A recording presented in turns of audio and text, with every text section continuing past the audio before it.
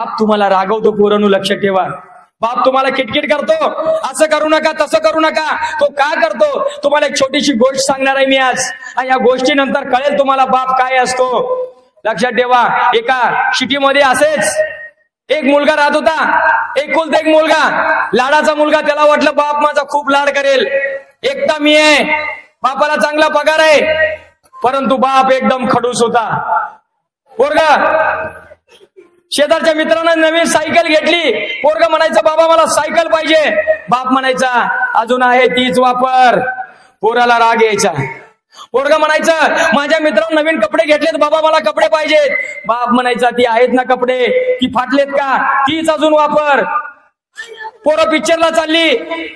पोरगा म्हणायचं बाबा मला पिक्चर बघायचा यायचंय, घरी टीव्ही आहे ना, टीव्हीवर बघ. आता टाकेल लागलाय, काही दिवसानं घरात येतो तिथं बघ. पोरग्याला बापाचा एवढा राग यायचा, त्यानं ठरवलं होतं असला खडूस बाप देव जगात कुणाला सुद्धा देऊ नये. एवढंच काय, अपार्टमेंट मध्ये वरती जाताना जर अपार्टमेंट मध्ये कुणाची गाडी तिरकी पडली असली, बाप त्याला म्हणायचं ती गाडी सरळ कर. पोरगा म्हणायचं त्यांची गाडी मी का सरळ करू. वर चाललं, एखाद्या चपला जरी उलट्या सुलट्या पडल्या असल्या, बाप म्हणा ते सरळ कर. पोरग्याला एवढी झीट आलती त्या बापाची, त्याला ठरवलं होतं काही जरी झालं तर चालेल, पण या बापाच्या किटकिटीमधून मला सुटायचंय. त्यानं मग संकल्प केला. कारण साध्या घरात टीव्ही जरी बघत असलो आणि साईडला जाऊन बसलं पोरगा, बाप म्हणायचा तुझा बिल काय बाप भरणार आहे का, टीव्ही बघत नाही मग कशाला चालू केल्या. बाहेर गेलं पंखा चालू असलं बाप ओरडायचा. असा बाप कुणाला असतो का रे. पोरग्यानं ठरवलं, संकल्प केला मनामध्ये, काही करणार, शाळा शिकणार, नंबर काढणार, नोकरी लागणार आणि या बापाच्या आयुष्यातून कायमचा दूर जाणार. असल्या किटकिट या बापाचं पुन्हा तोंड नाही बघणार. आणि पोरानं एकदा संकल्प केला. पोरानं संकल्प केला, मागं हटलं नाही. 5वी 9वी 10वी 11वी 12वी इंजिनियर झालं. फक्त आता कॉलची वाट बघत होता. एखादा कॉल यायचा, इंटरव्ह्यू द्यायचा, नोकरी लागायचं आणि परत या किटकिट या बापाचं तोंड आयुष्यात कधी बघायचं नाही. एकदा बघतो तर काय, एकदा इंटरव्ह्यू त्याला कॉल आला. तो आनंदला आईला म्हणाला, आई मला इंटरव्ह्यूचा कॉल आलाय. आई म्हणली जा लेकरा जा, देवाच्या पाया पड म्हणले. पहिल्यांदा पोरग देवा पुढे गेलं आणि त्या देवाला म्हणलं, देवा एवढी नोकरी मला लागू दे बास, तुला 1 किलो पेढ देईन. आणि या बापाच्या खिटखिटीतून एवढं मला सुटायचंय, या बापाचं परत मला तोंड बघायचं नाही. लई त्रास दिला येणं. आईच्या पाया पडला. आई म्हणली बाळा चाललाय जा, वडिलांच्या पाया पड. लांबनच त्यानं वडिलांच्या पाया पडला आणि निघून गेला. इंटरव्ह्यू एका मोठ्या अपार्टमेंट मध्ये इंटरव्ह्यू होती. 4थीत लिहिलं, 4थ्या मजल्यावरती इंटरव्ह्यू चालू आहे. पोरग गेलं. खाली जाताना पार्किंग मधून रस्ता होता, पाहतो तर काय, एक सायकल तिरकी पडली होती. सवयी प्रमाणे जाताना पोरानं सायकल सरळ केली. वरती चालला. एका घरासमोर चपल्या उलट्या सुलट्या पडल्या होत्या, त्या सरळ केल्या. अजून वरती गेला. एक झाडाची कुंडी तिरकी पडली होती, माती सांडली होती. पोरानं कुंडी सरळ केली, माती त्यामध्ये भरली. बाजूला जार होता, पाणी घातलं. वरती गेला. पाहतो तर काय, 10 ते 15 पोरं वळीने इंटरव्ह्यूला बसली होती. याला घाम फुटला. एवढ्या पोरात माझा नंबर येईल का, मला नोकरी लागायला पाहिजे, कारण मला त्या बापाच्या किटकिटून सुटायचंय. तो जाऊन त्या पोराच्या लाईन मध्ये बसला. एक एक पोरग पुढे सरकत होतं. येणारा प्रत्येक पोरग एकदम टेन्शन मध्ये घाम पुसत बाहेर येत होतं. पुढे पुढे सरकत गेला. मागच्या खुर्च्या रिकाम्या झाल्या. लक्षात आलं वरती फॅन चालू आहे. तो उठला, त्यानं फॅन बंद केला. तो फॅन बंद करत असताना त्याची नजर आतल्या रूम मध्ये गेली. तिथं सुद्धा लाईट आणि फॅन चालू होते. त्यानं पटकन आत गेला, लाईट फॅन बंद केले. इंटरव्ह्यू ठिकाणी आला. एक एक करत सारी पोरं संपली. याचा नंबर आला.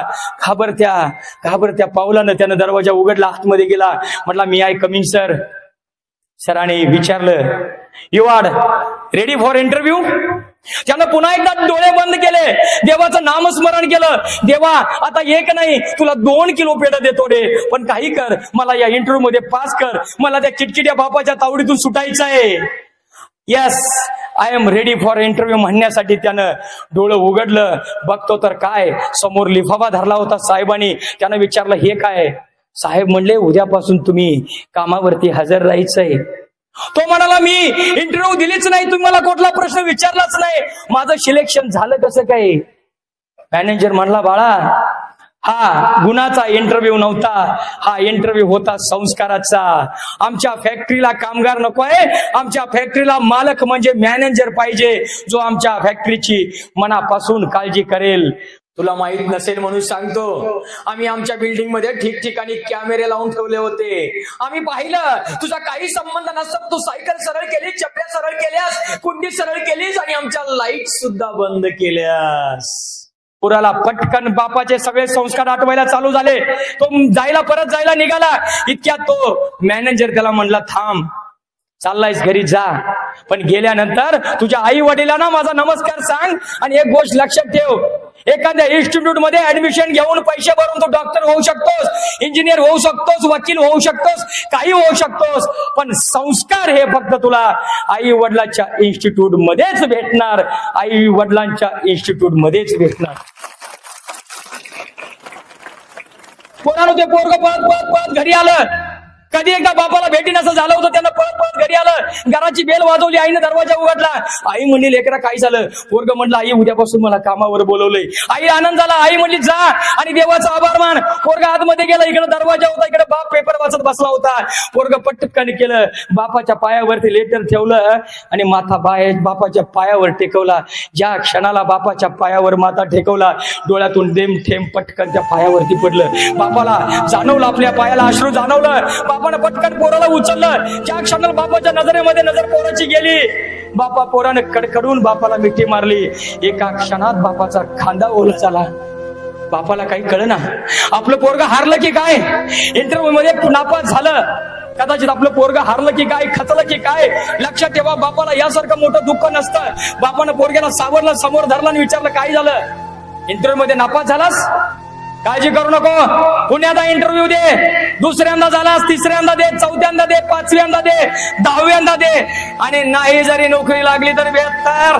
काळजी करू नको. मी आयुष्यभर काबाड कष्ट करून काडी वाचवून जे पैसे साठवलेत ना, हे पैसे, एवढ्या पैशात तू एखादा चांगला बिझनेस नक्कीच करू शकशील. पण रडायचं नाही आणि हारायचं नाही. पोरगा म्हणलं, नाही बाबा. पोरग म्हटलं, नाही बाबा, मला खूप राग यायचा तुमचा, मला खूप राग यायचा तुमचा. ज्यावेळी तुम्ही मला मारत होता, रागवत होता, रडवत होता. बाबा, मला खूप राग यायचा तुमचा, ज्यावेळी तुम्ही मला मारत होता, रागवत होता, रडवत होता. पण आज कळालं मला, तुम्ही मला घडवत होता, तुम्ही मला घडवत होता. लक्षात ठेवा पोरांनो,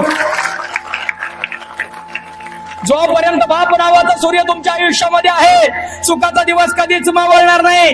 जोपर्यंत बाप नावाचा सूर्य तुमच्या आयुष्यामध्ये आहे, सुखाचा दिवस कधीच मावळणार नाही. एक वेळ कळेल तुम्हाला बायबल, कुराण, पोथी, पुराण.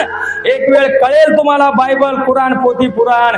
पण बाप नावाचा ग्रंथ कधीच कुणाला कळणार नाही, कधीच कुणाला कळणार नाही.